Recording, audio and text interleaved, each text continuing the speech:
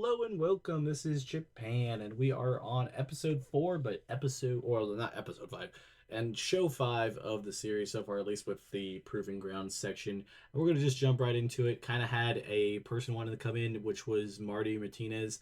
Hey, 37 coming in for $50 is not bad. He's going to take 2 L's here with Sean Legacy defeating him here, and then Jackson Drake taking him to town on this one.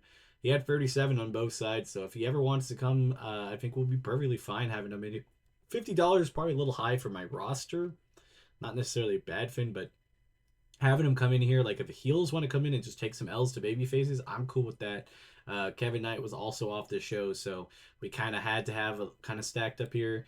We'll have HM Promise Braxton, 31 for Promise, a 37 for HM I'm Cool. Unfortunately, she got a gimmick of poor, so I'm going to need 2 gimmick cards. I need to fix both of these people that are in this roster or in this match because both of them have poor gimmicks. Get to the main event, 45, Megan Bain does great, but Dark Sheik also did great with a 43. This seems to be the best matchup that I can run on the women's side of things. I can't do it too often, but it's so far working good. We got a title defense at 43 overall. I'll take that. Let's dress the locker room. I think we should give it to Sheik, and we also give it to Megan Bain. I think like the giving the championship the attaboy is always a good thing, but I think the other stuff isn't too bad. We were able to get paid for this show, $400 for tickets. Still not the greatest because we're spending 900 on the show, and then like the cost and the marketing, all that. But it's still something. Popularity did not go up to 2. Kind of expected that. We do have the free show at the end of the month, so I'm thinking a lot of these ones will obviously talk when we got stuff to talk about, and then when we I'll just kind of go from show to show and show you guys what we do. Kind of booking it per month right now just because of like how quick we are, but some of the maybe free shows in the future, if we're not, if it's nothing crazy, we'll just kind of skim over and all that. We did have 3 contracts that needed to be renewed. All 3 of them we had on that 3 month thing, but all 3 of them have done great stuff. So I'm just gonna bring them back for like the normal 2 years. We have Carnage, which is our free show up first in 6 days. Then we got another Proving Grounds where everybody should be there, and then we have this one which we'll change the name of, and then yeah, I think that's just kind of how we're gonna do it, and we'll see how this free show goes. Okay, so we got to our free show. We'll call it Carnage. Hopefully, it doesn't end up Carnage in our fame, but right off the bat, Sean Legacy and Cody Chung do not have a tag team chemistry. That's fine. We'll figure that out. I just figured get people on the card that we're going to be on the card multiple times. But Cody and Sean win here. They beat Eric Hammer and Hoodfoot. 35 overall, about where we wanted to be. The show only cost $600, so it was kind of exactly what we wanted in this situation. Sean Legacy defeats Hoodfoot in 10 minutes on a 37, so that was a good jump up. Then we have our one women's match here. Dark Sheik defeats Viva Van with 442 overall. Kind of knew this was going to be a little bit better, so we have this as this. It should have almost probably been the main event. I guess we'll see how the next one goes. 38 with Cody Chung beating Eric Hammer. They have good chemistry. This is where I wanted to put the next storyline, but it actually worked out. I almost did it ahead of time, but I was like, you know what, I'm not gonna do that because I don't want to screw it up. But sure enough, it actually would have been good. Let's give our baby faces some praise. Financial report, we lost $1,000, which is fine, but we did get to 2, so there we go. Now I can feel very comfortable in just doing what we're doing for the rest of the month and just kind of progressing and progressing. This free show is going to be great. We're going to do a few things right off the bat before we get to trying to go to the next show. We got some gimmick cards to try to fix the 2 people with poor gimmicks, which is here H1 with an awful gimmick. So we're going to change it. Let's see what we have here. I think we had a big gamble and a near certain. I do see her as like being a top tier person here eventually. So likes Weasley underdog. Just maybe never give up. I don't know. Not really much of a thing. I don't really know exactly where I need to put some of this. Do I want to go more unique and safe? I don't know. Yeah, maybe we'll go here because I really want her to do good. And I don't want to screw this up. We had one other person that had bad. Who was that again? Eric Hammer has a poor gimmick. I forgot all about that because we were going to. He was going to leave after 3 months. I never thought about getting it. So we need to get him a new card. Let me see what was the other one with Promise Braxton. Well, I don't think I'm going to use Promise Braxton right away. I think I'm going to use Eric Hammer in that feud. So let's actually give him the new gimmick card. It's a big gamble, so it's not like it's really doing anything. He plays dominant, badass, legitimate. Well, let's go dominant. Let's go the wall. Oh. Or how about the hammer? I don't know. That's stupid, but I don't really know. Let's go a little bit safe and generic on his side of things because it's a worse card. And I have a feeling it's going to be a little bit more of a nightmare. So that was what we wanted to do here. Let's look at our titles. 32, 32. That's about right. 66 days. Nothing too crazy yet. I'm going to try to get them probably some decent things. Unless we build somebody up really good. Gargano's back. That is going to be a very expensive thing. I guess we'll do it for the memes. But I don't think it's gonna be worth it. I guess we got a little bit of money. We'll spend it. It'll be kind of a financial nightmare for us, but maybe it works out in the long run. Everything else seemed pretty good. Oh, storyline was the last thing I wanted to do. We're going to launch Cody and Eric fighting each other back and forth. I think that'll be a good little storyline. We got all that going. Shows in 6 days. Momentum is not prestige and has low momentum. I think we've moved the momentum up. I think we were at 0, so that could be good. Other than that, I think everything else is pretty good to get us to the next show. All right, we get into show 6 here. We're gonna do a little bit to like kind of build up the storyline. So we have Agem and Havoc versus Dark and Hollow Dead.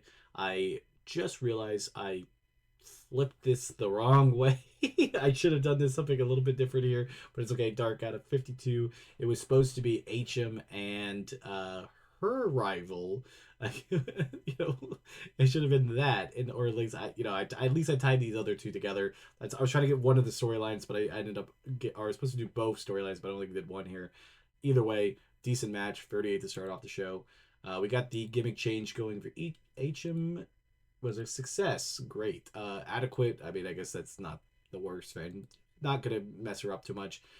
This one didn't do as good as we needed. Jack Cartwheel came back, defeated Jackson Drake in 12 minutes. Probably should have made it a little bit lower. Hollow Dead versus Dark Sheik here. Just kind of wanted to see some new stuff. Dark Sheik is a hot new move. That's a good thing to know. So get a little extra bonuses there. And then Kevin Knight came back. He's going to defeat Cody Chung and Eric Hammer to make his title defenses to 5, which he had a 57 overall. And then the Cody and Eric storyline progressed. So let's see the change for Eric Hammer. His gimmick change is adequate. Losing, okay, we don't really have any comedy stuff. We may receive a book to be dominant, so I guess that's not bad. 52 on that match makes a 49 overall on the show, so I'm gonna take that. We let Megan Bain stay off. She had a title defense 14 days ago, and I don't really want to go that long without it, but it's a little more expensive to have both of them on the card at all times. Maybe I'll do it for another one up here. I was trying to build our storylines a little bit farther. Honestly, not a bad show. 778. We did get it on the little cheaper side. It's really like if we can not book every champion on both shows and just save them for like the PLE type thing at the end of the show, I think is kind of the only way we're going to be able to survive most of this, because it feels like once we start using both people, it just ends up adding up so fast. We do need to change the title of this event. We're not gonna move it up or anything. Desolation, I actually kind of like that title, but let's still fix this because it's gonna be a little bit too long of a thing. I want to have the whole year. 2024, all that works out good. And the other few things that we were looking at is the storylines. Yeah, because I was trying to think that I should have had Megan Bain interfere in that match again last time. I think it still worked, so that should have kicked that off. But these are both extremely hot, so I'm really hoping this really builds up on helping both things. I don't know if I have any thing. I have a character idea. That's about it. I can deploy the character idea here, but that's the only one I have. I might get another one of these to work on, but it's working pretty good. They're both, major or success, current really rated as fairly poor. We'll get this up. We'll get all of this up and make this better. I mean, obviously it's a lot of stuff that we're trying to do here, but we'll get into the very last fate of the show, and then I think this last one we'll keep on the next episode. I don't think it's as big of a deal, but until that part, we'll just I don't know, just jump into Desolation and see how it goes. I have a few ideas for some matches, and we'll pull it out there. All right, we got to Desolation 2024, last big event before the year ends, and let's jump into it. So right off, we got a six-man tag match: Cody Chung, Jackson Drake, Sean Legacy versus Hoodfoot, Eric Hammer, and Ice Williams. Ends up with a 40.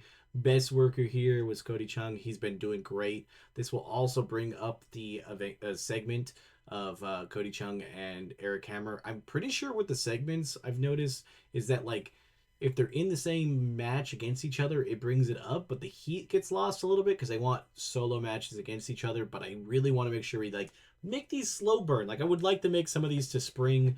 Hoodfoot is also on 30 days left on his contract. I'm still undecided of like if I want to bring him back. 32 overall in these matches isn't the greatest, but it isn't the worst. So I don't know if we need him or if we should like look for something else. I want to look at his abilities, see if there's anything that he's bringing in that we can, find somewhere else. So 40 overall on the show or on this first episode, not too bad. First match, wow. Then we get to HM versus Megan Bain. Megan Bain retains here, makes title defense to 5. HM had a 47. Megan Bain had a 49. Their segment goes up higher. Megan Bain's getting better at her gimmick. All of that is what we wanted. 52 overall is just great to have. Then we get to our main event, a 61 overall. Kevin Knight defeats Joey Gargano in 15 minutes, makes his title defense to 6. Joey Gargano had a 65. Kevin Knight had a 51.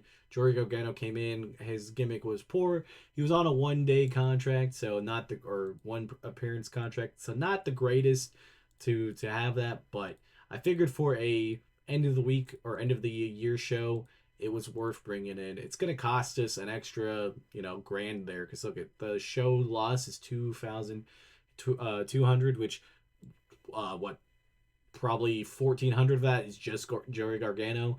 It's what it is. I wanted to do this. It's one of those things where, like I said, in this series, we're playing it pretty tight to the rules in certain areas, but stuff like that, I'm not going to make the series boring. I want to have that type of stuff. If we really were trying to do stuff and we had a little bit of money laying around as a real organization, we would probably for sure take the stab on it. It looks like R-Truth is going to be a free agent. He would never bring in that money that he's worth, unfortunately for us. Like I said, Hoodfoot's going down. We got a Sean Legacy idea, but I'm gonna be honest, it's an Angle idea, and unless it's like really good, it's a big gamble. Maybe we'll run it and see, give him a chance. We haven't really ran an Angle. Maybe we'll think about a storyline he could be in, but we'll have one show before this whole year is up. We'll tackle it on the next episode, but it looks like all of our stuff are in extremely hot. I don't think there's a higher level than that, so I'm happy about that. This is progressing pretty good. 3 storylines is pretty good for a small little organization. I can probably pull up a lot of small indie stuff, and they don't have 3 going. I'm thinking like we could really get some of these into the next year. Obviously, some of them are more brand new than others, but I think I'm overall pretty happy where this has gone for the first 3 months of it. Losing money, but like we knew that's kind of how it goes. Our backstage seems to be pretty solid. It looks like only our referee, Megan Bain, is dating Jack Cartwheel. Sean Legacy is with Johnny Robbie. Like that helps a lot of stuff. Promise Braxton had some good stuff. Like people have been doing pretty good. Most of it's very good. We don't have a lot of rules. Don't have a lot of money to spend on it. That's an easy thing to get your morale up, is spending some money on the backstage thing. Contract, like I said, everything's pretty good. Hoodfoot's the only one that's kind of on the way out.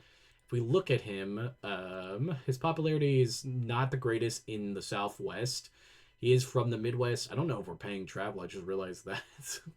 Overall, like there's a few things I like that. The training thing could be good, but honestly, like everything that he's done it's not like it's necessarily like that we can't go get somebody for $30 a little cheaper with a little bit more popularity. So maybe we'll look at somebody and have it maybe as a heel that can come in there and take some heat off of it, or maybe we'll pick in like that 3 month thing that we've been trying to do, just kind of test some people out. But this has been the episode. I will see you guys on the next one. Bye, guys.